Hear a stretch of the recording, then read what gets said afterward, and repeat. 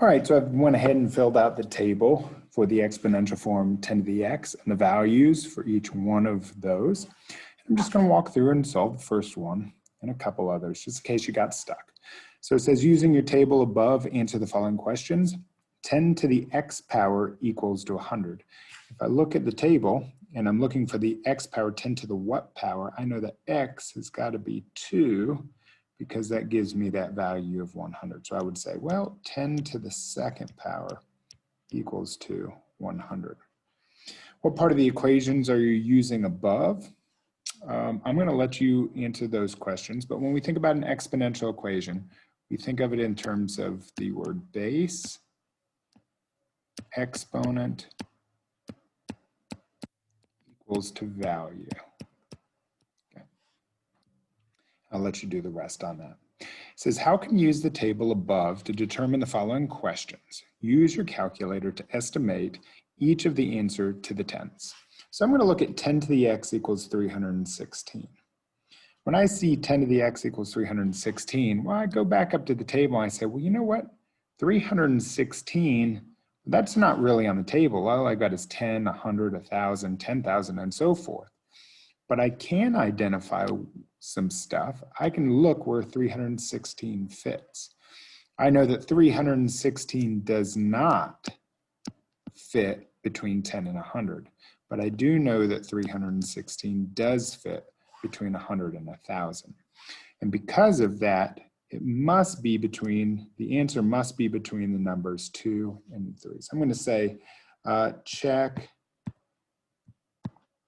between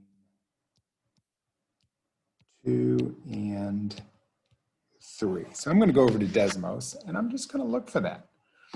So let's go to Desmos. I'm going to look for that number 316. Hopefully it comes up pretty easy. So I'll say 10 to the, I know it's between 2 and 3, so I'm going to say maybe 2.1. Nope. How about 2.2? Nope. How about 2.3? Oh, that didn't work. 2.3. Okay, let's go with 2.4. Wow, we're looking for 316. We're getting close though. How about 2.5? 316 shows up. Perfect. So that tells me if I come back that it must be 2.5. So 10 to the 2.5 equals to 316. And then you're going to finish that out. It says, in each of the problems above, you found the value of an exponent. Another way to find an exponent is to use a logarithm.